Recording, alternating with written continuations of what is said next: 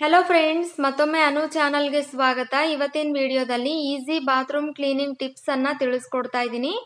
ಖಂಡಿತ ವಿಡಿಯೋನ ಫಸ್ಟ್ ಇಂದ ಲಾಸ್ಟ್ ವರೆಗೂ ನೋಡಿ। ಈ ವಿಡಿಯೋ ನಿಮಗೆ ಯೂಸ್ಫುಲ್ ಆಗುತ್ತೆ। ಯಾವ ಕಷ್ಟ ಇಲ್ಲದೆ ಉಜ್ಜಿ ತಿಕ್ಕಿ ಕಷ್ಟ ಪಡದೇನೆ ಬಾತ್ರೂಮ್ ನಲ್ಲಿರುವ ವಾಲ್ ಟೈಲ್ಸ್ ಮತ್ತು ಫ್ಲೋರ್ ಟೈಲ್ಸ್ ಅನ್ನು ಕ್ಲೀನ್ ಮಾಡುವ ವಿಧಾನದ ಬಗ್ಗೆ ತಿಳಿಸ್ಕೊಡ್ತೀನಿ। ವಿಡಿಯೋನ ಕೊನೆವರೆಗೂ ನೋಡಿದ ನಂತರ ಇಷ್ಟ ಆದರೆ ಒಂದು ಲೈಕ್ ಕೊಡಿ। ಮತ್ತೆ ಇದುವರೆಗೂ ಚಾನೆಲ್ ಅನ್ನು ಸಬ್ಸ್ಕ್ರೈಬ್ ಆಗಿಲ್ಲ, ಈ ಚಾನೆಲ್ ನಿಮಗೆ ಇಷ್ಟ ಆಯಿತು ಅಂದರೆ ಸಬ್ಸ್ಕ್ರೈಬ್ ಮಾಡ್ಕೊಳ್ಳಿ ಅಂತ ಕೂಡ ಕೇಳ್ಕೊಳ್ತೀನಿ। ಬನ್ನಿ ಹಾಗಾದರೆ ಲೇಟ್ ಮಾಡೋದು ಬೇಡ, ವಿಡಿಯೋನ ಸ್ಟಾರ್ಟ್ ಮಾಡೋಣ। ಮೊದಲನೇದಾಗಿ ಈ ಲಿಕ್ವಿಡ್ ಬಗ್ಗೆ ತಿಳಿಸ್ಕೊಡ್ತೀನಿ। ನಮಗೆ ಬಾತ್ರೂಮ್ ಕ್ಲೀನ್ ಮಾಡೋದಕ್ಕೆ ಬೇಕಾದಂತಹ ಲಿಕ್ವಿಡ್ ತಯಾರಿಸುವ ವಿಧಾನ ಹೇಗೆ ಅಂತ ಹೇಳ್ತೀನಿ। ಈ ಲಿಕ್ವಿಡನ್ನು ತಯಾರಿಸೋದಕ್ಕೆ ನಮಗೆ 1 ಜಗ್ ಆಗುವಷ್ಟು ಅಥವಾ 1 ಲೀಟರ್ ಆಗುವಷ್ಟು ಬಿಸಿ ನೀರನ್ನು ತಗೊಳ್ಳಿ। ಬಾತ್ರೂಮ್ನಲ್ಲಿ ಜಾಸ್ತಿ ಕಲೆ ಗಲೀಜಿದೆ ಅನ್ನೋದಾದರೆ ಟೈಲ್ಸ್ ಮೇಲ್ಗಡೆ 1 ಲೀಟರ್ ನೀರು ತಗೊಳ್ಳಿ। ಬಿಸಿ ನೀರು ಫ್ರೆಂಡ್ಸ್, ಚೆನ್ನಾಗಿ ಕುದಿಯುತ್ತಲ್ವಾ, ಆ ರೀತಿ ಬಿಸಿ ನೀರು ತಗೊಳ್ಳಿ।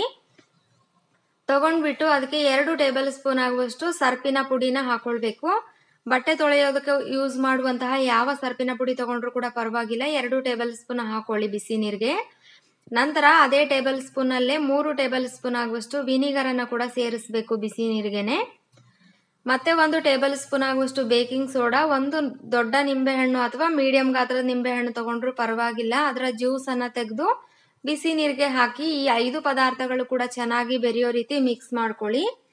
ಅಂದ್ರೆ ನಾವು ಹಾಕುವ ಬೇಕಿಂಗ್ ಸೋಡಾ, ವಿನಿಗರ್ ಮತ್ತು ನಿಂಬೆಹಣ್ಣು, ಸರ್ಪಿನ ಪುಡಿ ಎಲ್ಲ ಕೂಡ ಬಿಸಿ ನೀರ್ ಜೊತೆಗೆ ಚೆನ್ನಾಗಿ ಬೆರಿಬೇಕು, ಹಾಗೇನೆ ಚೆನ್ನಾಗಿ ಕರಗಬೇಕು ಸರ್ಪಿನ ಪುಡಿ। ಆ ರೀತಿ ಕರಗಿದ ನಂತರ ಇದು ಬಿಸಿ ಇರಬೇಕಾದ್ರೇನೆ ಗಲೀಜಿರುವ ಟೈಲ್ಸ್ ಮೇಲ್ಗಡೆ ಅಪ್ಲೈ ಮಾಡಿ। ಸ್ಪ್ರೇ ಬಾಟಲ್ ಅಲ್ಲಿ ಹಾಕಬೇಕು ಅನ್ನೋದಿದ್ರೆ ನೀವು ಇದು ನೀರು ತಣ್ಣಗಾದ ನಂತರ ಸ್ಪ್ರೇ ಬಾಟಲ್ಗೆ ಹಾಕ್ಬಿಟ್ಟು ಟೈಲ್ಸ್ಗೆ ಸ್ಪ್ರೇ ಮಾಡ್ಬೋದು। ಲಿಕ್ವಿಡ್ ತಣ್ಣಗಾಗೋದಕ್ಕಿಂತ ಮುಂಚೆನೆ ಒಂದು ಬಟ್ಟೆನ ಲಿಕ್ವಿಡ್ ಅಲ್ಲಿ ಮುಳುಗಿಸ್ಬಿಟ್ಟು ಟೈಲ್ಸ್ಗೆ ಅಪ್ಲೈ ಮಾಡಿದ್ರೆ ರಿಸಲ್ಟ್ ಇನ್ನೂ ಬೇಗ ಬರುತ್ತೆ।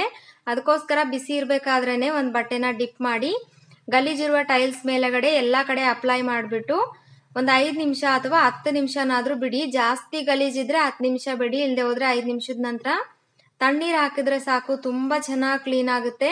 ನಿಜವಾಗ್ಲೂ ಟ್ರೈ ಮಾಡಿ ನೋಡಿ, ನಂತರ ನಿಮಗೆ ಗೊತ್ತಾಗುತ್ತೆ ಇದರ ರಿಸಲ್ಟ್ ಯಾವ ರೀತಿ ಬರುತ್ತೆ ಅಂತೇಳಿ। ಕೈ ನೋವಿರುವವರಿಗೆ ಉಜ್ಜಿ ತಿಕ್ಕಿ ಎಲ್ಲ ತೊಳೆಯೋದಕ್ಕಾಗಲ್ವಲ್ಲ, ಅವ್ರಿಗಂತೂ ಈ ಟಿಪ್ಸ್ ತುಂಬಾನೇ ಬೆಸ್ಟ್ ಅಂತಾನೆ ಹೇಳ್ಬೋದು। ಮತ್ತೆ ಇನ್ನೊಂದು ವಿಷಯ ಏನಂದ್ರೆ, ನಿಮ್ಮ ಮನೇಲಿ ವಿನಿಗರ್ ಇಲ್ಲ ಅನ್ನೋದಾದ್ರೆ, ವಿನಿಗರ್ ಇಲ್ಲದೆ ಹೋದ್ರೂ ಕೂಡ ನಾನು ಹೇಳಿದ್ನಲ್ವಾ, ಉಳಿದಿರುವ ಪದಾರ್ಥಗಳನ್ನ ಮಾತ್ರ ಹಾಕ್ಬಿಟ್ಟು ಲಿಕ್ವಿಡ್ ಅನ್ನ ತಯಾರಿಸಿ ಉಪಯೋಗಿಸಿ। ವಿನಿಗರ್ ಇದ್ರೆ ಇನ್ನೂ ಸ್ವಲ್ಪ ಬೇಗನೆ ಕ್ಲೀನ್ ಆಗೋದಕ್ಕೆ ಹೆಲ್ಪ್ ಆಗುತ್ತೆ। ಈ ರೀತಿ ಟ್ರೈ ಮಾಡಿ ನೋಡಿ, ನಂತರ ನಿಮ್ಮ ಅಭಿಪ್ರಾಯನ ಕಮೆಂಟ್ ಮಾಡಿ ತಿಳಿಸಿ ಅಂತ ಕೇಳ್ಕೊಳ್ತೀನಿ। ವಿಡಿಯೋ ಇಷ್ಟ ಆದ್ರೆ ಒಂದು ಲೈಕ್ ಕೊಡಿ, ಚಾನಲ್ ಅನ್ನ ಸಬ್ಸ್ಕ್ರೈಬ್ ಮಾಡ್ಕೊಳ್ಳಿ। ಮುಂದಿನ ವಿಡಿಯೋದಲ್ಲಿ ಮತ್ತೆ ಸಿಗ್ತೀನಿ। Thank you.